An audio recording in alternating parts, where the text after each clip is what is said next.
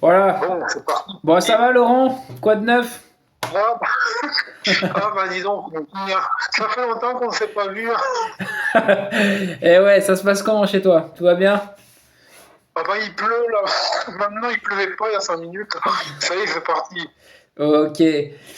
Bon, ça va être quoi notre sujet aujourd'hui? Tu m'as parlé de quelque chose, là, ça a l'air très intéressant. Eh bien, il y a plein de sujets très intéressants. Ben, étrangement, je viens de changer d'avis juste à l'instant où tu parles. Parce que pour nous introduire, nous, parce que c'est vrai, c'est toujours intéressant de savoir qui on est, comment on s'est connus, toi et moi. Ouais, tout à fait, ouais.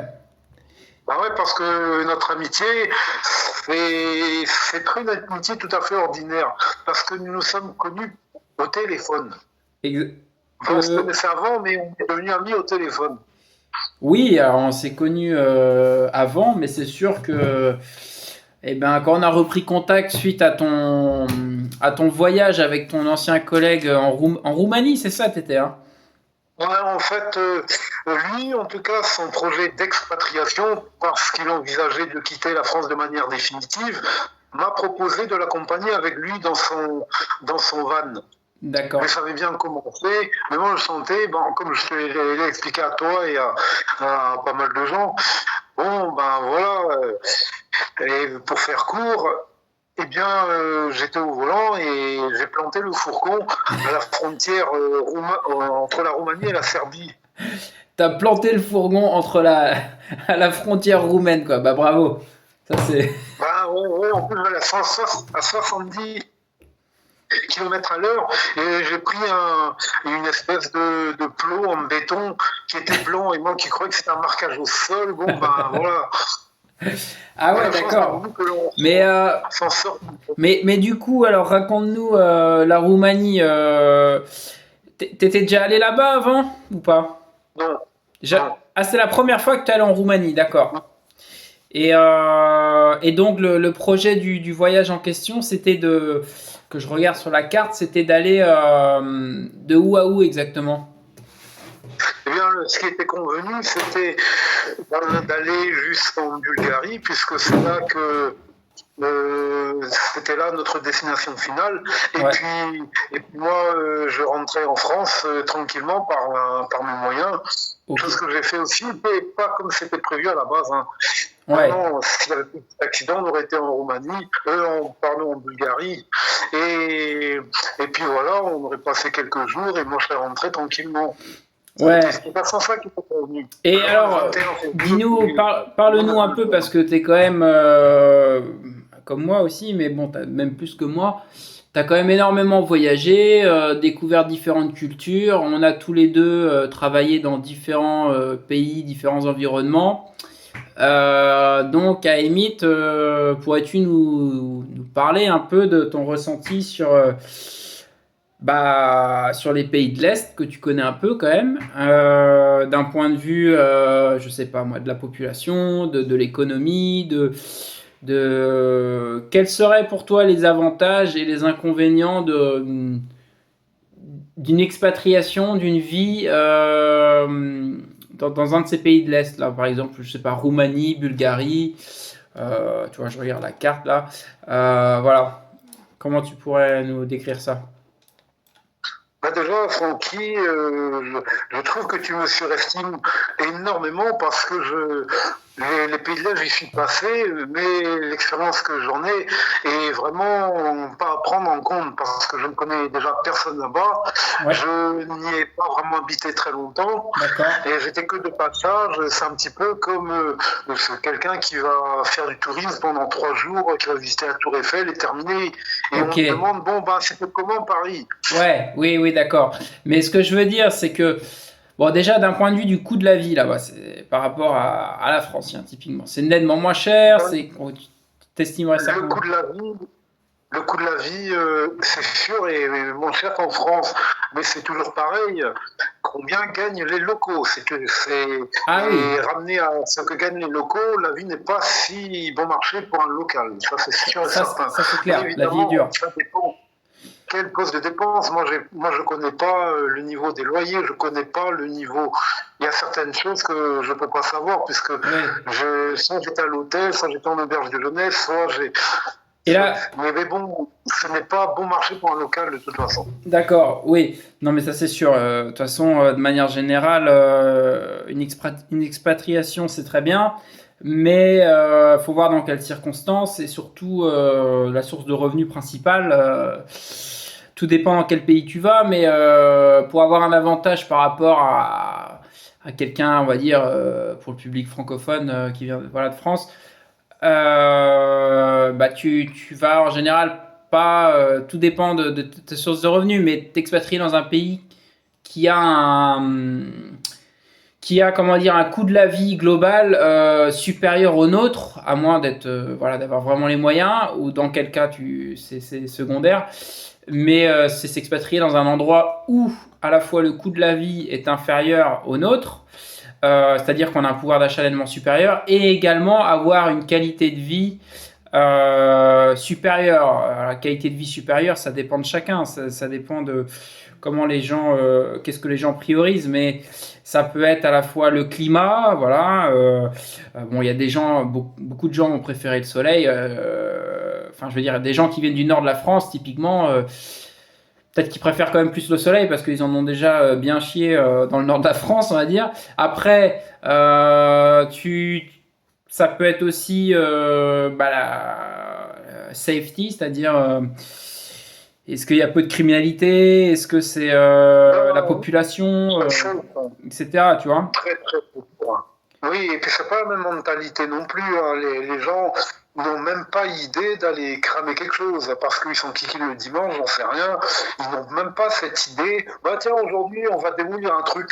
Non, non, ça n'existe pas dans ces pays. Ce sont des pays qui fonctionnent, comme je te dis, dans les années 50, 60. Ouais, Non, non, il n'y a pas ça, parce que là-bas, tu fais ça, je pense que on va pas t'y reprendre deux fois. complètement, ouais. Ouais, ouais, ouais, je vois ce que tu veux dire. Bah après, c'est voilà, c'est pareil. Il y a un certain nombre de pays, on va pas se mentir, où quand même la punition judiciaire est lourde, quoi, si tu fais la moindre connerie. Donc forcément, une fois de plus, quand le crime paye, bah voilà, Ben, c'est c'est toujours pareil, criminalisé, et quoi. comme disait de toute façon Confucius, le poisson pourrit par la tête. Ça veut dire que si l'État est mauvais, ben, le reste suit derrière aussi. Si les dirigeants ne montrent pas l'exemple, s'ils sont corrompus, etc., bon, il n'y a aucune raison que les autres ils se tiennent bien. C'est un petit peu comme si le professeur, l'instituteur, le tuteur, ben, qui a en charge des adolescents ou des enfants, ben, leur donne des cours en disant bon c'est bien, il faut voler, il faut, il faut, il faut mal se comporter et là vous réussirez. C'est ce qu'on appelle les mondes inversés. Les mondes inversés, on les a ici en France. Bon, il y a des gens qui ont quand même un minimum de conscience. Ça veut dire que tout le monde n'est pas complètement gangréné, mais c'est certain que c'est difficile pour des gens qui ont envie de vivre honnêtement et qui ont toujours des valeurs comme on en avait dans les années, jusqu'aux années, fin des années 70. C'est Ouais, vers les années 80 et surtout 90 que ça a commencé à dérailler chez nous en France. ouais, tu trouves, enfin, moi j'ai pas connu, mais que c'est En dans les réalité, c'est bien années. avant, mais bon. Ouais, c'est dans les années.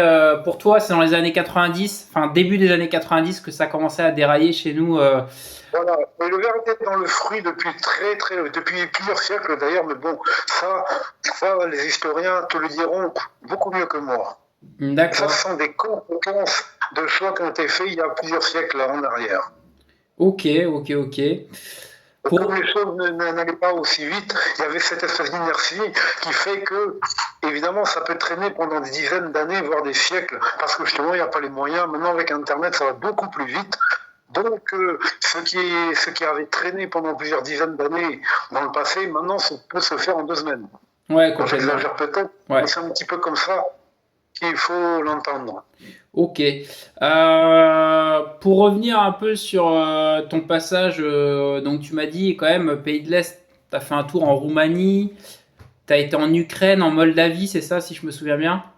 Oui, en fait, quand j'étais en Ukraine, en Moldavie, c'était en octobre 2016. Je suis resté 3 semaines en Ukraine. J'étais tout seul.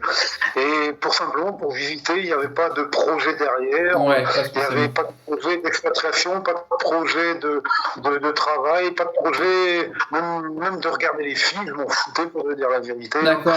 Bah tiens, tu vas nous parler justement de comment dire des gens dans ces pays-là. Tu as trouvé la population accueillante, tu as trouvé justement qu'il y avait peut-être de la criminalité ou pas.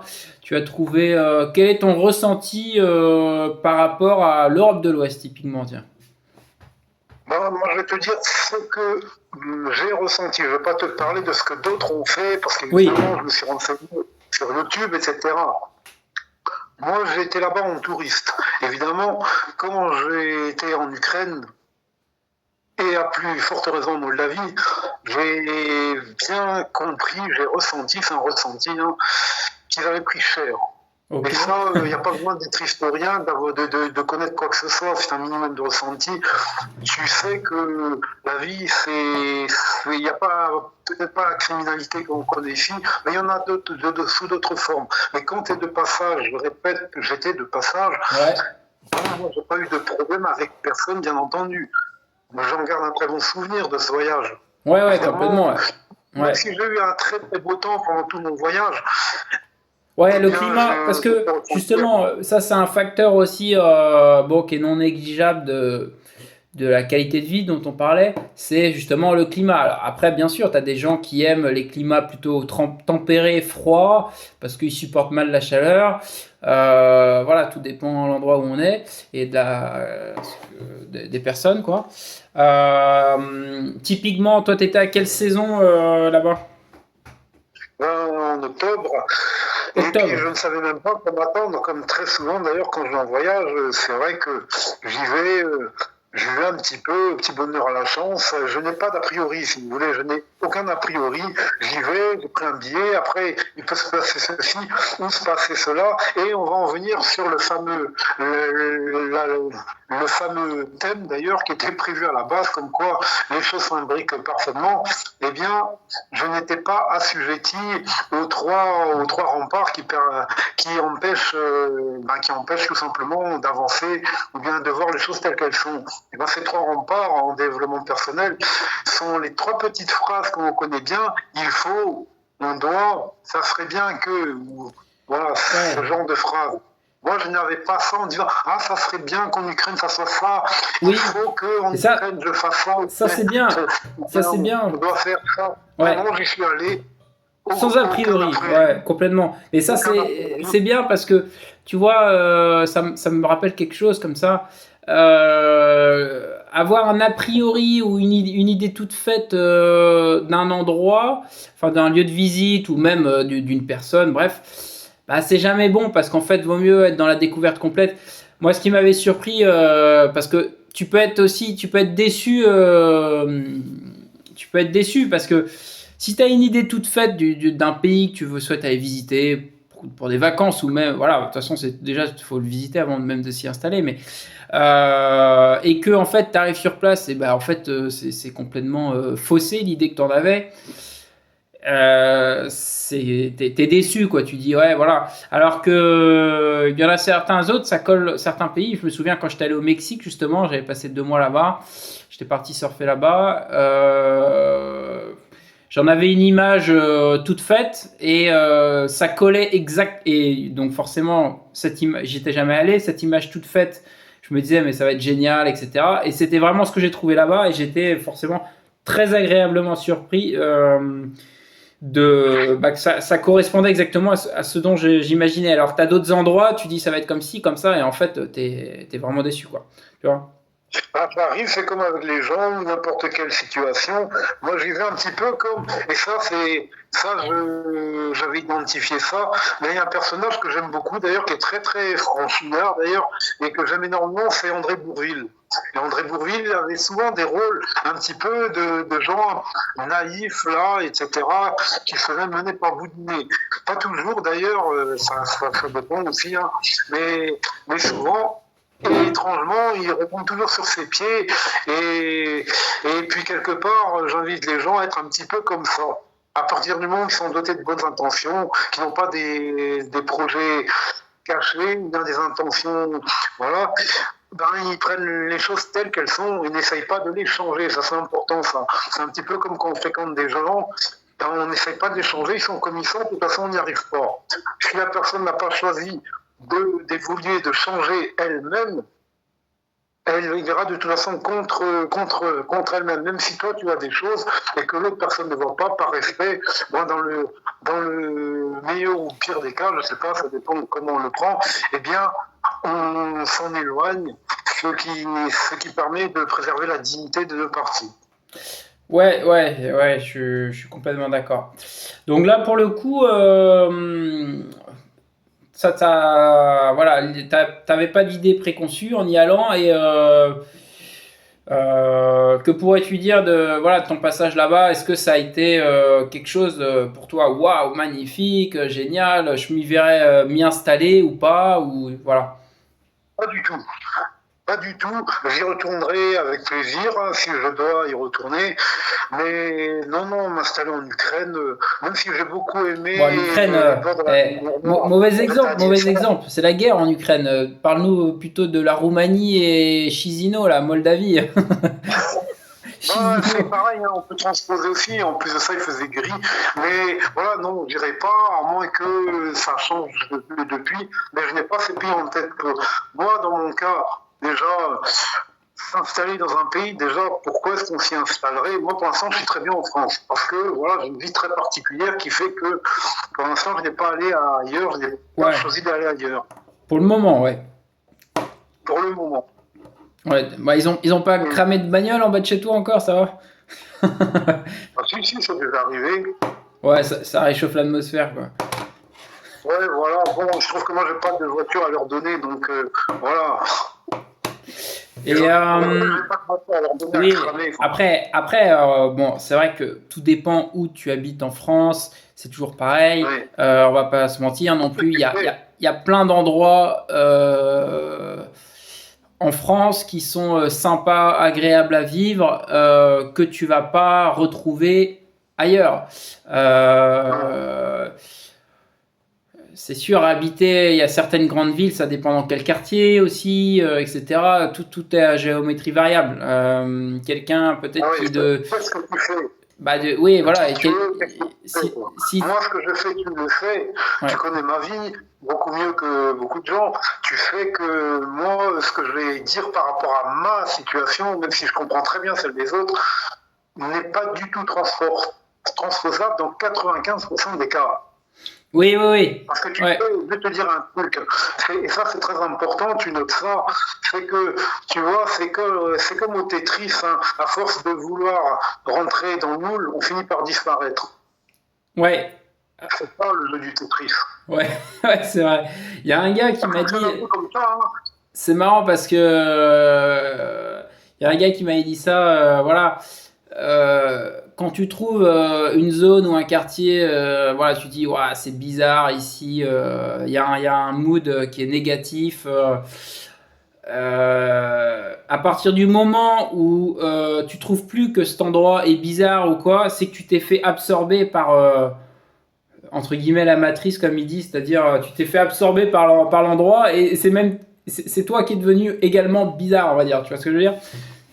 Ben, c'est plus pervers que ça, le mécanisme. Toi, évidemment, et évidemment, comme tu es câblé d'une façon assez différente, mais c'est que la raison pour laquelle aussi on discute comme ça, c'est que tu te rends pas compte, justement. Tu peux pas trouver bizarre, c'est que tu deviens bizarre. Imagine quelqu'un qui fréquente, quelqu'un, imagine-toi, tiens, toi, ou moi-même, et on fréquente une bande de cornichons, on va dire ça, des cassos, quoi.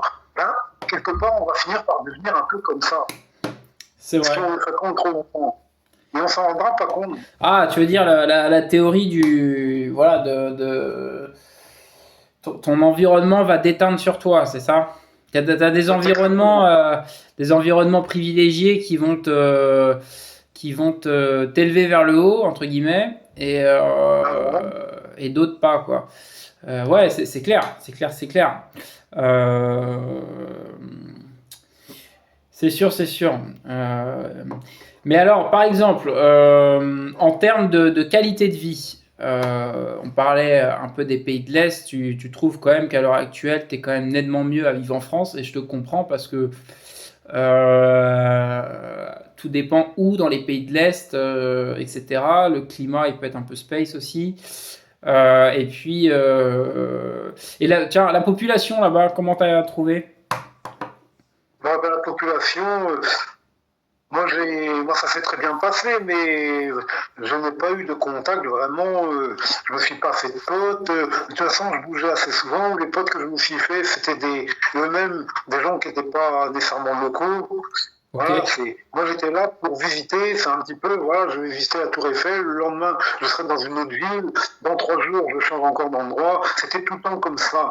Donc la seule chose que je peux faire, c'est observer et ressentir ce qui est autour de moi. Ok, ça marche. Ouais, ouais, ouais, ouais, ouais. T'as pas eu des contacts super longs.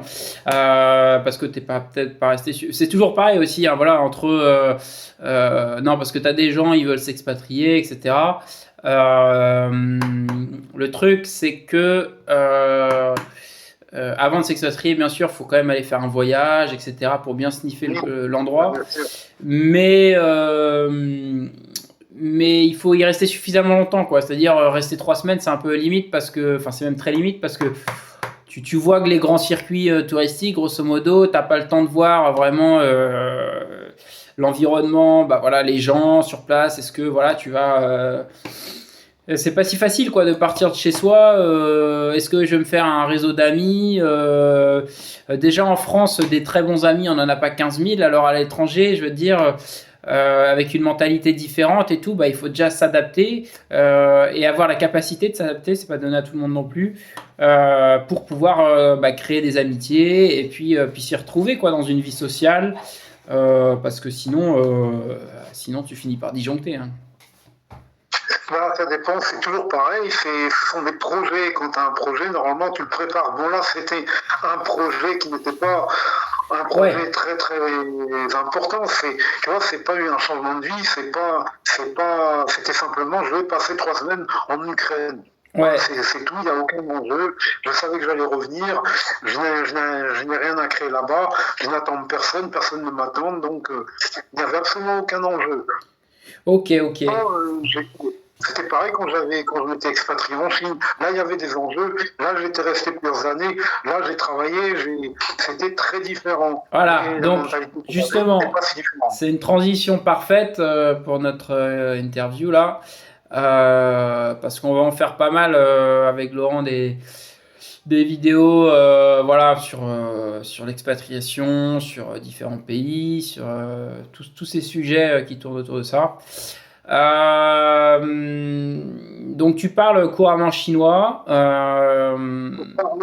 perdu beaucoup hein, parce Ouais, que c'est bon après c'est comme moi, hein, enfin je parle toujours le portugais, brésilien, tout ça, mais quand tu pratiques moins, tu pars ouais, tranquillement. Mais ça, il y a quand ouais, même des racines profondes qui restent, hein. oui, oui, quand tu as bossé, surtout quand tu as bossé, voilà, il y a des choses, tu peux pas les oublier. C'est comme tu peux pas oublier comment tu t'appelles, à moins de devenir vraiment complètement sénile. Et donc en Chine, alors t'es parti là-bas en fait. T'es resté combien de temps? T'es parti pour monter une école de langue, c'est ça, si je me trompe pas? Ouais, ben, au début, c'était pas ça du tout. C'est évidemment, c'est très très long, c'est très très long puisque je suis pas parti, je suis parti en Chine, j'atterris le 1er juin 2005.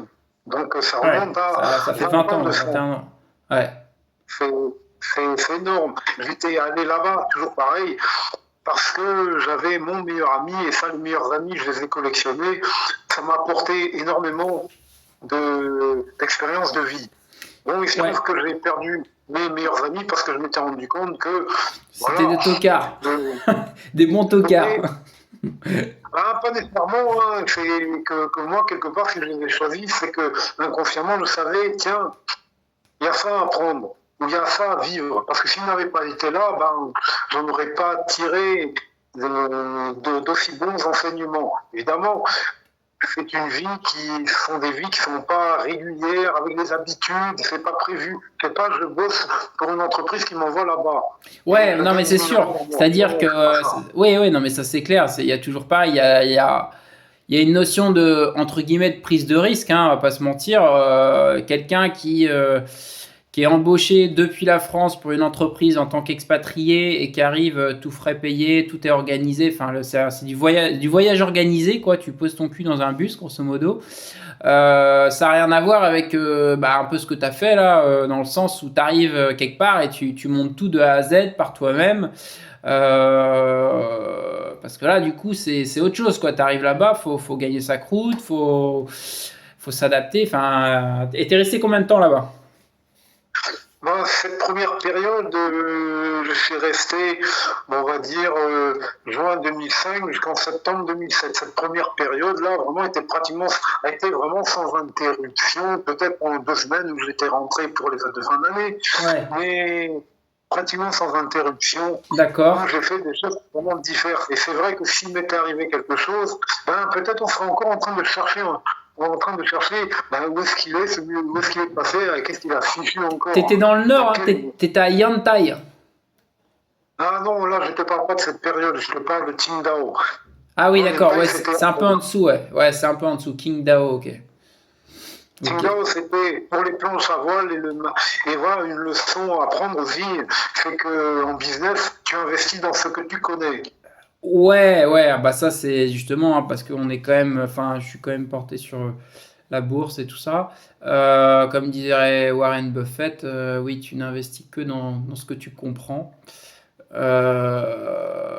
C'est vrai que en plus, bon, de premier abord, aller dans un secteur que tu ne connais pas, c'est une première chose, mais en plus qui ne t'attire pas, ça fait pas mal d'entraves à réussir, quoi. Ah, c'est comme quelqu'un qui investit, imagine, j'investis chez L'Oréal, par exemple. Voilà, Ouais. j'achète des actions L'Oréal. Je ne suis pas passionné spécialement de parfums et de cosmétiques.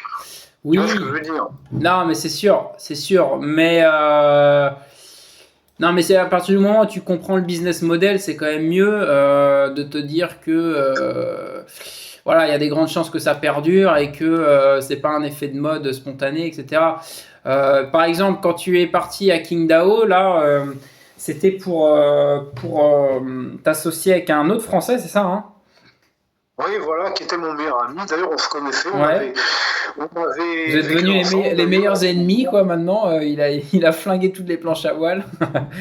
On n'en sait rien, de toute façon, je me suis refait depuis. Seulement, bon, pendant que moi j'avance, j'essaye de prendre évidemment les Leçon. enseignements qu'il me faut. Ouais. Voilà. Je me suis Et ramassé de tard dans la figure, mais j'ai rebondi bah aussi, oui, je c'est me suis ça, refait. c'est toujours pareil, hein, il y a des hauts et des bas, là, de toute façon, dans la vie, on va dire, et puis tant que ça monte la pente, c'est quand même l'essentiel sur le long terme. Mais Qingdao, Je du n'avance coup, pas reculé, hein, évidemment. ouais, Je n'avance pas reculé. Qingdao, pour le coup, pourquoi cette ville-là? Alors, pour ceux qui nous écoutent, hein, Qingdao, c'est dans le nord, c'est en face de la Corée du Sud, donc c'est dans le nord de la Chine, clairement. Il y a une espèce de grande baie, là, on va dire, en face de la Corée du Sud, et c'est là.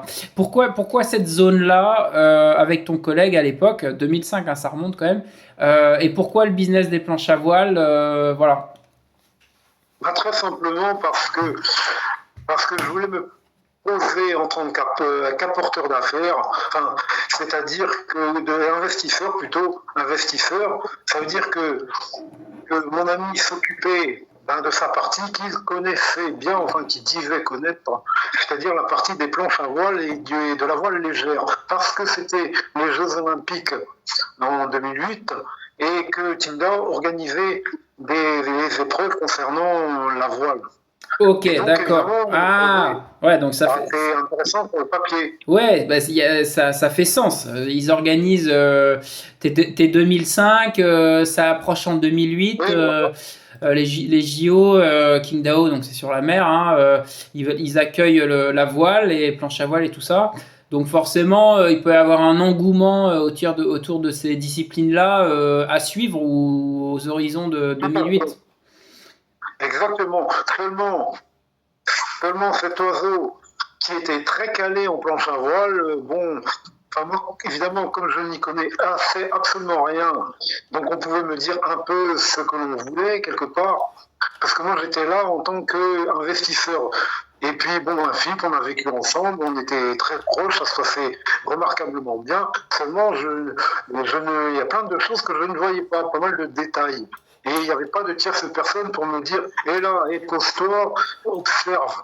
Il n'y a pas des trucs que tu trouves un peu Ouais, bizarres. oui, On va alors dire que c'est attends, toi qui es bizarre. mais lui, il avait un intérêt par rapport à toi quand même, c'est que toi, tu parles couramment chinois et Lui aussi, moi. toi, tu as une capacité, enfin pour le coup là-bas, de t'adapter, de parler avec les locaux en termes de business de manière Justement, plus facile qu'un Européen, même un faciès européen, tu vois. ouais, justement, c'est là que ça devient intéressant. Bon, on va faire une avance rapide. Et à l'époque, et là, ceci est arrivé. Et ça, c'était évidemment un coup du destin. C'était pas prévisible par qui que ce soit. C'est que ce monsieur qui était fort de dire qu'on avait ouvert une entreprise, je lui disais toujours, nous n'avons pas d'entreprise. Ne dis pas ça, on n'a rien ouvert, il n'y a absolument rien qui est légal là-dedans, c'est du bricolage. Donc ne dis pas aux gens qu'on a ouvert une entreprise, c'est faux. Ouais, Effectivement, c'était trop on tôt. avait Non, déposé. c'était trop tôt, tu veux dire, parce que vous aviez quoi? Vous aviez un local quand même? Comment ça se passe? Oui, on avait un local, etc., mais c'était du bricolage. C'était un petit peu comme ici, bon, ben, il y a quelqu'un qui, je sais pas moi, voilà, fait du business de pièces pour des mobilettes et il les stocke dans son garage. Ouais, Voilà. Et puis il les revend sur le bon coin. Bon, ça ressemble un peu à un truc comme ça, quoi. ouais, c'était. Bah après, ça peut commencer comme ça et puis après exploser à la hausse, tu vois. Il suffit que ça prenne et que voilà. Mais après de toute façon, il faut cerner le potentiel du marché, mais il en reste quand même qu'il faut trouver beaucoup de clients, hein. Ben, ça, c'était le but, son but, c'était le but. Et c'est pour ça, il m'avait dit de toute façon, ben, viens, il y a des clients. Et on commande du matériel. Bon, le matériel qu'il a commandé, c'était vraiment, il avait bien joué sur ce côté-là, parce qu'il connaissait, tout le monde disait effectivement, oui, ce sont de bonnes commandes. Bon, ça, il n'y a peut-être pas besoin, encore, c'est un peu tôt, mais bon, c'était du matériel, avec du matériel de débutants et du matériel pour des gens un peu plus avancés en planche à voile. Et puis, voilà, on voile légère sur d'autres supports.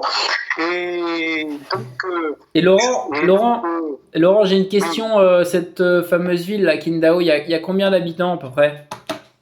8 millions. Combien? C'est une ville, Ah ouais, c'est 8 énorme. millions à l'époque, Ah c'est ouais. une ville très moyenne. Très, Ouais, enfin en très, Chine, c'est ouais, non pas, mais c'est clair.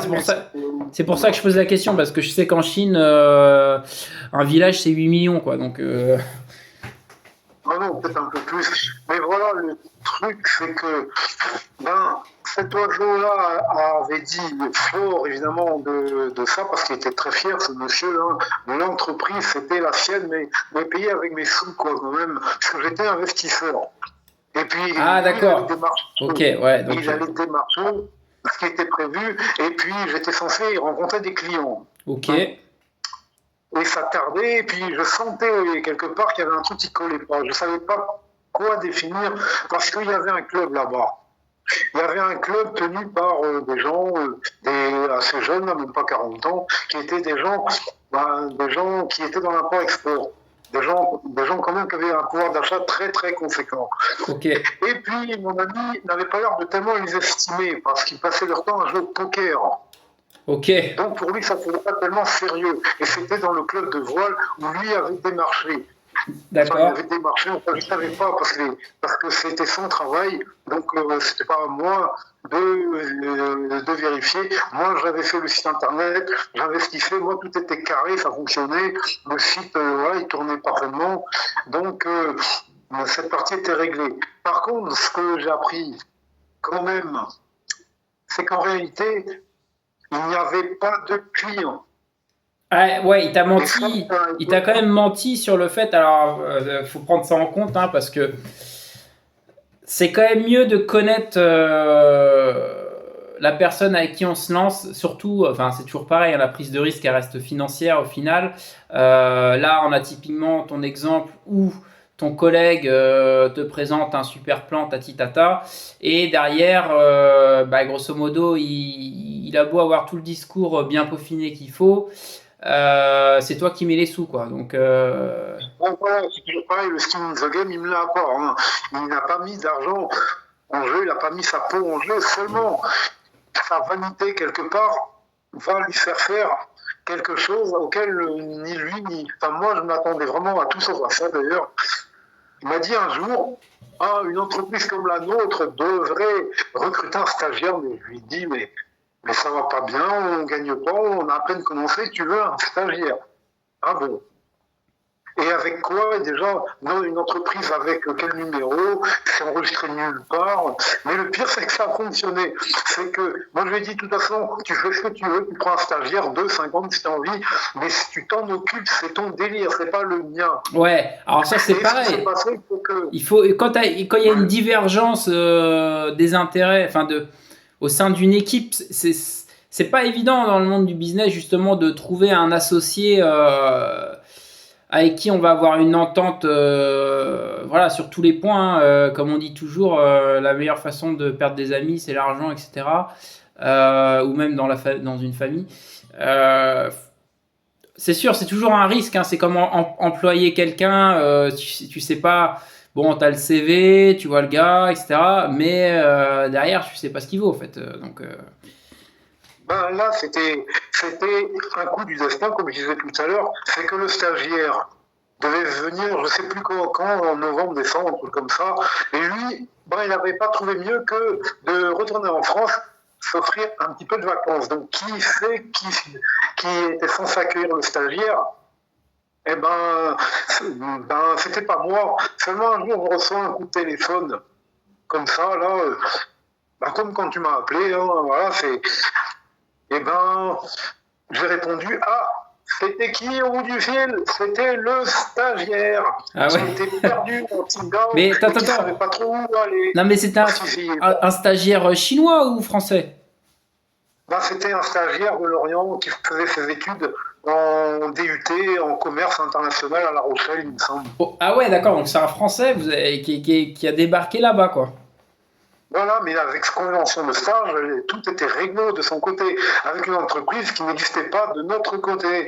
Ouais. Et évidemment, moi, je n'ai rien fait en ce sens, puisque c'est pas mon délire. Mais j'ai quand même accueilli le stagiaire, je ne vais pas le laisser tomber, le pauvre, il était tout seul. Seulement, ce qui n'était pas prévu au programme, parce que quand je l'ai vu, ce jeune homme qui avait 25 ans, eh bien, ce qui n'était pas du tout prévu, c'est que ce gars-là, c'était une sacrée grande gueule. Ah ouais. Et le soir même, eh bien, on est devenus tout de suite potes. D'accord. On est devenus potes très rapidement. Et on a passé la nuit à discuter comme on fait, toi et moi, là. Et c'est grâce à lui, quelque part, que les choses ont complètement changé. Parce que lui m'a introduit, parce que moi je marche beaucoup à la cooptation, il m'a introduit auprès justement des gars du club, des gars qui jouaient au poker, etc. Et c'est grâce à eux qui ont voulu savoir à qui j'étais, puisqu'ils me voyaient, mais sans savoir, ils voyaient toujours derrière mon pote là, mon meilleur pote. Et comme mon meilleur pote, bon, il n'en avait pas apparemment une très très bonne approche, bon, il demandait toujours, mais qui c'est celui-là? Déjà, moi, je suis asiatique, je parlais chinois, mais on savait que je n'étais pas chinois. Donc, ça fait quand même pas mal de sujets et de questionnements. Et un jour, ces beaux messieurs, m'ont invité à un repas, un dîner, là, un dîner, bon, je ne connaissais personne, ou bien peut-être une ou deux personnes, beaucoup je les connaissais de vue, mais je leur avais jamais parlé. Et c'est là que tout a commencé. Ça veut dire que là, il n'y avait pas mon meilleur ami. Il n'était pas là. Ces gens-là voulaient simplement voir à qui ils avaient affaire. C'est qui celui-là? Ouais, d'accord. Et moi, j'avais fait mon Bourville, j'étais authentique, naturel. Je n'ai pas joué un jeu, contrairement à mon ami. Eh bien, l'homme qui était à côté de moi n'avait pas un niveau très élevé dans la hiérarchie. mais je me suis tout de suite bien entendu avec lui. Ouais, bah de toute façon, et c'est ça aussi. On a beau dire ce qu'on veut avec tous les outils qu'on a de nos jours, numériques et autres, IA, machin, il y a quand même le ressenti, le feeling humain qui restera primordial, quoi qu'on veut. Surtout là-bas. Parce que là, Surtout en en fait, Chine, tu dis, ouais. cet homme-là, qui n'avait pas un niveau social sûrement très élevé, bon, il était quand même pote avec tous ces beaux messieurs. Et puis depuis dès lors, comme ils ont vu que j'ai été moi-même, j'ai été adopté, non seulement adopté, j'ai jamais fait autant la fête de ma vie, et en plus de ça, j'ai gagné de l'argent. Hein. D'accord. Ok, Et pour donc l'union, c'est le de ça, de stagiaire, l'argent c'est que je ne connaissais pas. le stagiaire en question qui t'a introduit, enfin en fait qui t'a aidé à monter en fait par rapport à ton Oui, collègue initial. il y Ouais. a un autre expatrié qui est devenu vraiment un ami après, et puis lui vraiment c'est quelqu'un qui a très bien compris comment il fallait faire. Ce n'est pas le tout de parler chinois. Mon meilleur ami, voilà, qui avait fait un peu n'importe quoi avec ses planches à voile là, qui était plus jeune que moi, et bien lui, il parlait chinois suffisamment bien pour euh, pour avoir une belle vie en Chine. Ouais. Et puis et puis d'ailleurs, je sais, parce qu'il se trouve que le monde est petit, depuis à peine un an, que ce gars n'a toujours pas changé. Et qu'à Qingdao, puisqu'il habite toujours à Qingdao, Ah, il est toujours qui perçu habite comme quelqu'un ce de mec-là? quoi. Ce mec-là habite à Oui, il est Qingdao toujours là? perçu comme quelqu'un de zarbi chelou. Toujours. Et ça, je le sais de source sûre, ça par contre. Je vois pas pourquoi les gens m'ont tiré. Et c'est quelqu'un que je n'ai vu qu'une fois en 2002 en Chine et que j'ai revu l'année dernière, Ok. qui m'a dit ça parce que j'avais une très bonne impression de ce jeune homme. Et voilà, lui, il est resté en Chine, il a fait du business, il a rencontré sa femme, enfin bref. Mais voilà, il suffit d'être authentique avec les gens et puis les choses coulent toutes seules. On rencontre les gens qu'il faut, les situations viennent facilement et étrangement, la vie est infiniment plus simple. Même si des fois, bon, on se prend des tartes, les tartes, bon, il en faut, sinon on n'avance pas, hein, on ne Ouais, fait pas ouais, ouais. grand-chose. Donc le stagiaire en question, eh ben, à l'heure actuelle, il habite toujours à Qingdao, quoi. Non, le stagiaire, non, il habite du côté de Lorient, il a fait sa Ah vie. oui, Lui, de toute d'accord. Ok. façon, le passage Chine, ça a duré quelques mois, c'est tout, hein, le Ouais. temps de son stage. Ouais, ouais, d'accord. Ouais, c'était juste le stage, mais oui, d'accord. Ok. Ok. Donc là, bah, on a un bel exemple justement enfin, de toute manière. Après, c'est les rencontres et la. Mais comme tu dis, être social, ça reste quand même primordial dans le business ou quoi. Ah oui, encore, on n'a pas dit grand-chose là-dessus. Hein. Justement, j'ai écrit un roman entier inspiré de ces 2 années en Chine, où vraiment c'est un parcours complètement atypique, où j'y vais, hein, pas les mains dans les poches, mais presque, et où rien ne se passe comme prévu, absolument rien. Mais comme je n'avais pas vraiment prévu grand-chose, comme je disais au début, eh bien, je laisse les choses se faire. Et quand ça marche pas, je suis pas là en train oh là là, de paniquer, Ouais. d'en vouloir à la terre entière. Ouais, ouais, ouais, non, Voilà. il faut, bon, faut avoir un plan A, un plan B, c'est mieux. Mais après, il faut laisser libre cours à l'improvisation parce que des fois, c'est ce qui marche peut-être le mieux, hein.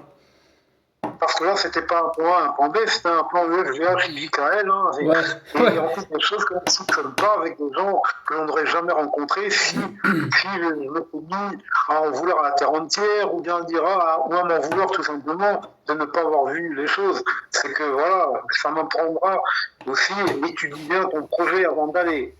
ouais, ouais, complètement. Ouais. D'accord, d'accord. Bon, après, qu'est-ce qu'on peut dire de. Bah là, par contre, on fera peut-être une autre interview là-dessus, mais de justement. Enfin, on peut commencer en tout cas. Sur la vie en Chine, voilà, de manière large. On va commencer par la vie en Chine, la proximité avec les Chinois. Est-ce que tu.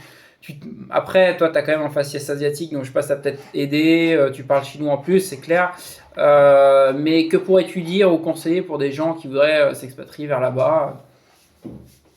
Les Chinois, de toute façon, sont des gens profondément humains.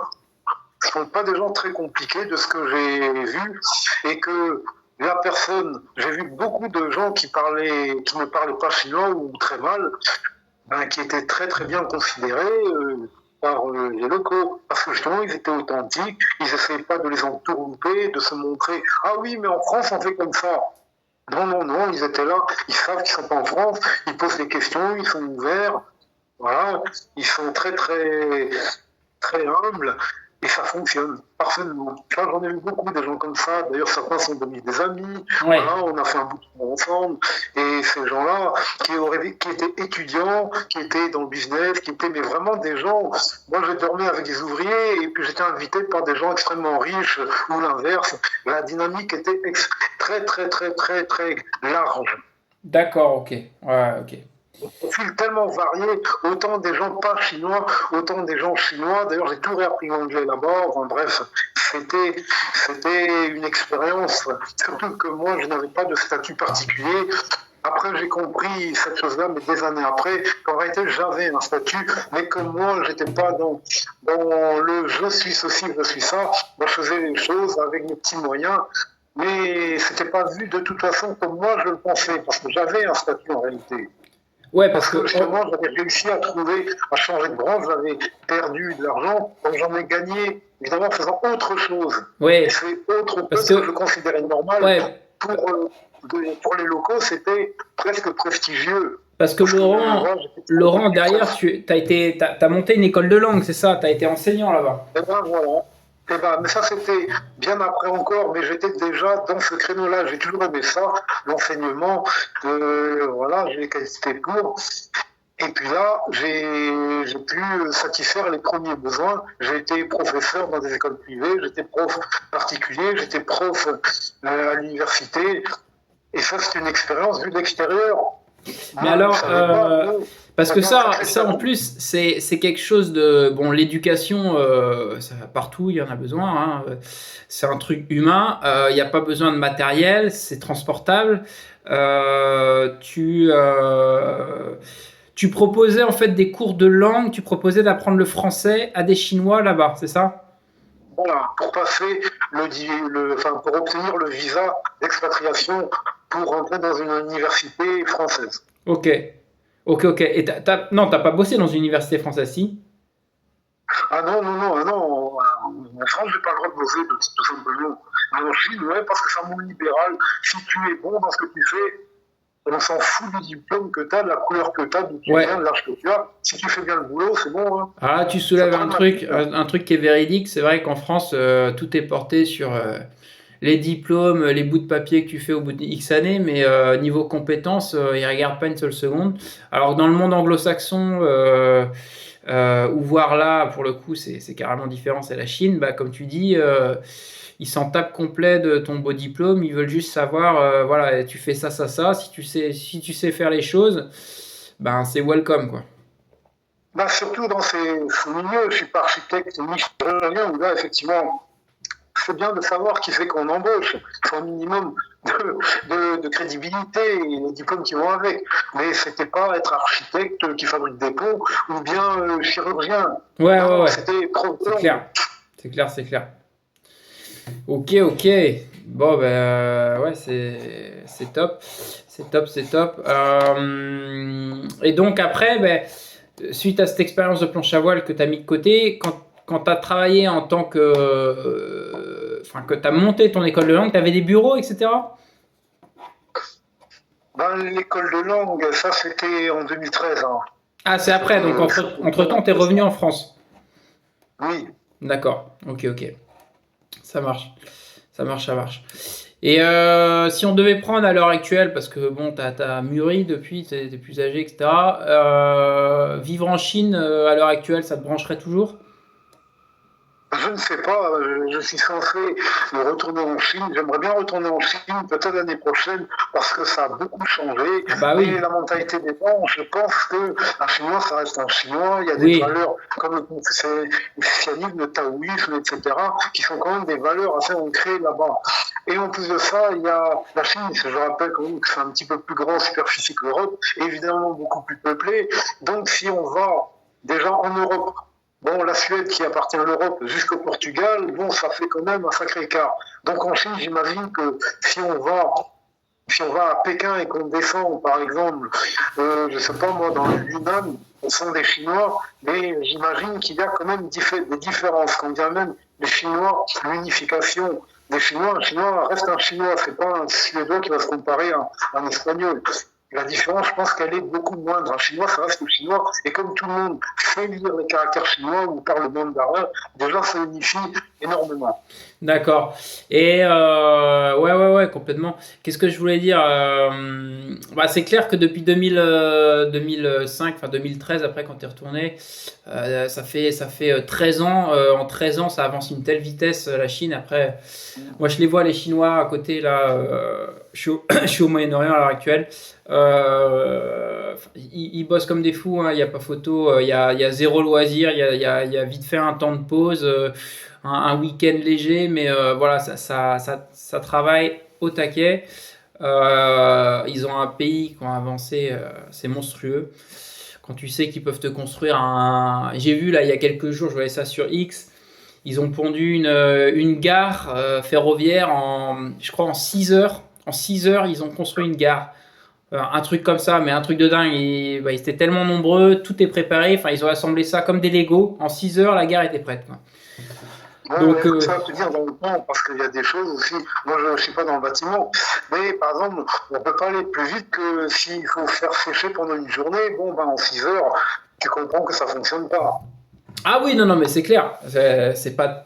Mais tu sais qu'ils ont quand même, de nos jours, il y a plein de techniques qui ont évolué. Bah, peut-être pour du séchage ou des choses qu'on pourrait croire que ce soit Oui, long. Et en fait, j'espère pour eux. Hein.